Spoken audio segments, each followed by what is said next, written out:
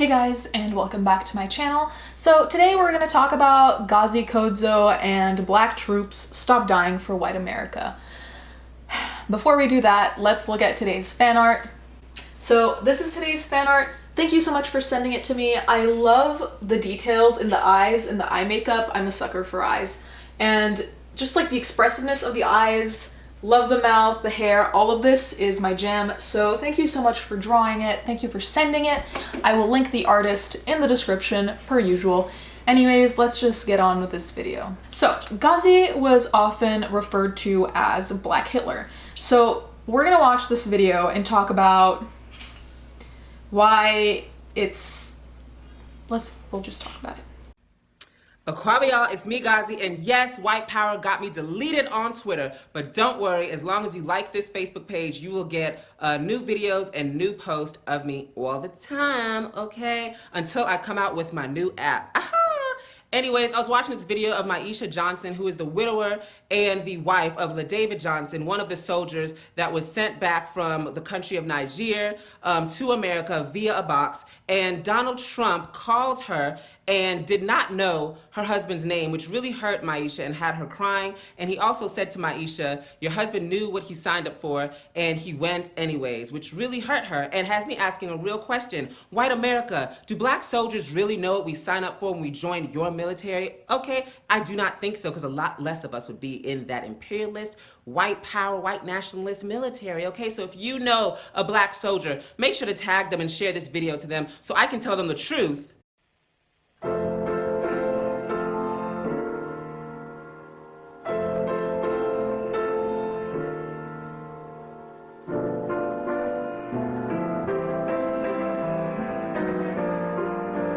Okay, so I looked up to see if there was proof of Trump forgetting the name of Isha Johnson's husband, Sergeant David T. Johnson.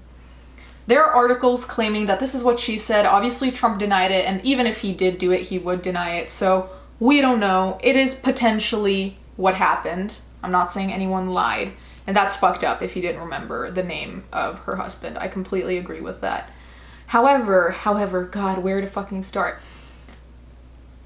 Okay, so it's tragic when anyone dies in the army, but whoever signs up to the army knows what they're signing up for. Let's not pretend that people just walk into a room, decide to leave the country and be shipped off to a place that is potentially very dangerous and not know what they're signing up for. They didn't sign up for a pizza party and end up thrown somewhere like in Iraq. No, that's not what happened. They signed up and they were very aware of what they signed up for. And let's not try and undermine the intelligence of Maisha's husband by saying, oh yeah, he didn't know what he was signing up for, because that's really disgusting to just kind of undermine his intelligence like that, or anyone's intelligence who tries to join the troops.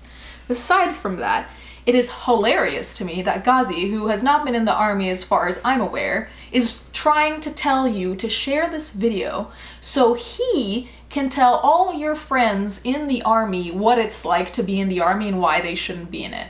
Like, can we let that sink in? The absolute fucking hypocrisy of that. And how insulting is it too? Like, I bet any person in the army, whether they're black, white, whatever, would not be happy to see a video of someone being this disrespectful.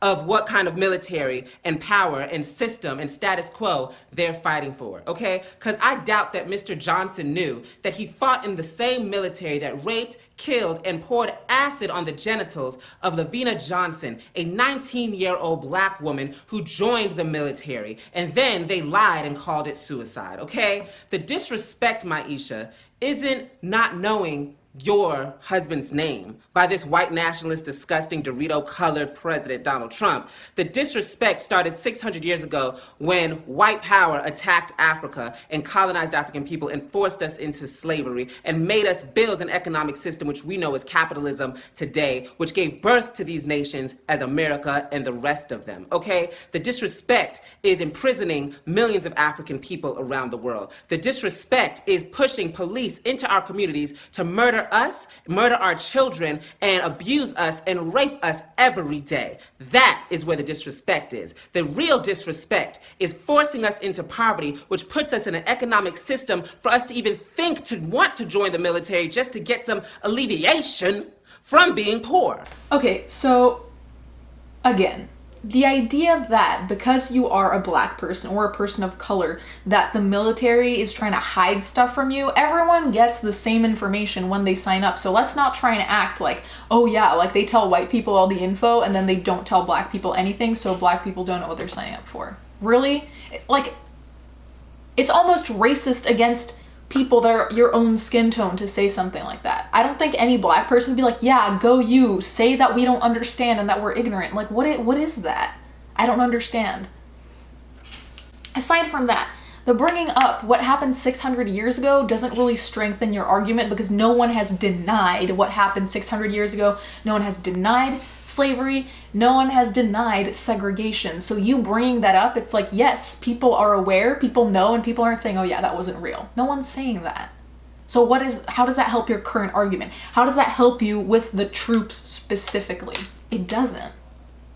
And then they ship us to Africa, where they stole us from, just to kill our own brothers and sisters, to make white power richer and black people all around the world poorer.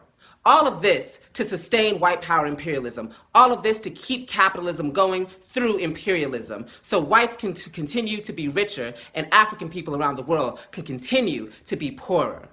They say, oh, they're fighting for freedom. He fought for freedom. Stop lying to Maisha. Stop lying to African people who signed up for the military. They're not fighting for freedom. Did he die trying to get George Zimmerman? Did he die trying to get Darren Wilson? Did he die trying to get some of these murderous pigs and white nationalists that are killing black people and black children? Fighting for freedom? Did they go to Niger to stop police murder? Because that's what fighting for freedom looks like to black people. Did they go to Niger to build black power? Did they go to Niger to clean the Flint water? Did they go to Niger to stop gentrification? Did they go to Niger to defeat poverty and build economic development for the black community? No. So don't tell... Oh, Frank's trying to kill himself. Oh my God, is he all right? Frank, are you all right? Don't try to stop me. Oh. So it seems that there's a little bit of dissonance here, because first of all, Gazi is blaming, obviously, white people and America for signing up voluntary black people who wanted to join the troops. So he's blaming whiteness generally, let's say. But then he's also acting like all the black people who did join the army, because he's saying, oh, like, you're not fighting for the right things, you're not fighting for freedom, you're not fighting for gentrification. Look, aside from how all of us might feel about the war, wherever they're going, they are going with the mindset of freedom. They're not gonna go there and be like, hey, like, let's take away some more of your freedom. And in some of these countries, freedom is a lot more complicated than the freedom that we have in the United States. There are indubitably countries that have it worse, which is a similar thing to what I say about feminism when I say that feminism isn't really needed anymore in the first world. It was needed years ago, but not anymore. It is needed in a lot of countries where genital mutilation, child brides, all that other stuff exists. And it's kind of the same with what we're talking about here. Some countries do not have the freedom that we have. And while Gazi points out some issues that our society may or may not have, there are bigger problems in other places too, which is why these troops go to those places. Me shit about fighting for freedom, and please stop telling black people to be scared of ISIS, because ISIS didn't dirty the Flint water. ISIS didn't create mass incarceration. ISIS didn't spray the black community with nuclear waste. Look it up, y'all. These demons is evil. And ISIS did not assassinate Malcolm X and Martin Luther King, or use African bodies as guinea pigs. Yes, y'all need to Google this for real. I'm telling you the truth, girl. Google.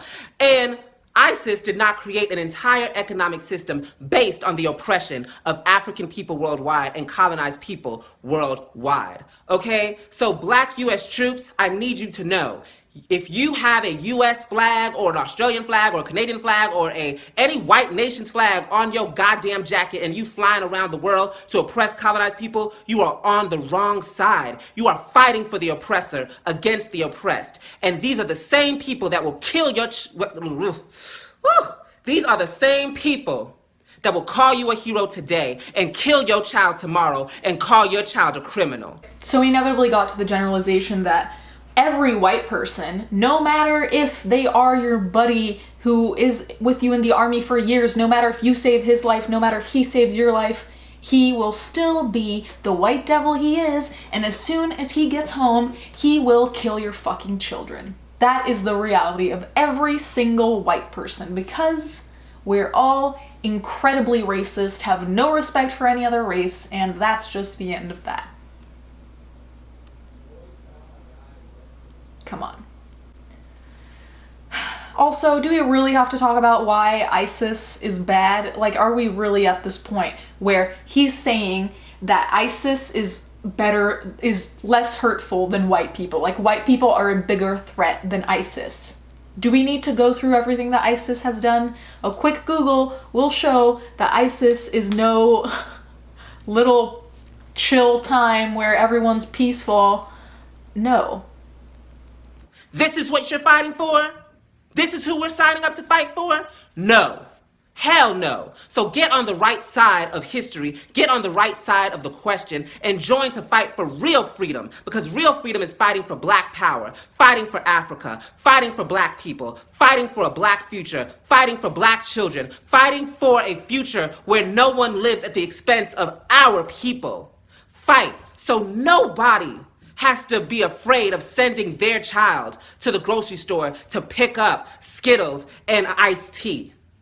Fight for real freedom. Fight to forward the advancement of African people, because fighting for Jordans and a Ford Mustang boo ain't it. Fight that system that created poverty within the African community worldwide. Join the African People's Socialist Party. Be a revolutionary. Go to apspuhuru.org. And after that, after I have to say that, I don't know how you can be black and be in this military, okay? I really don't.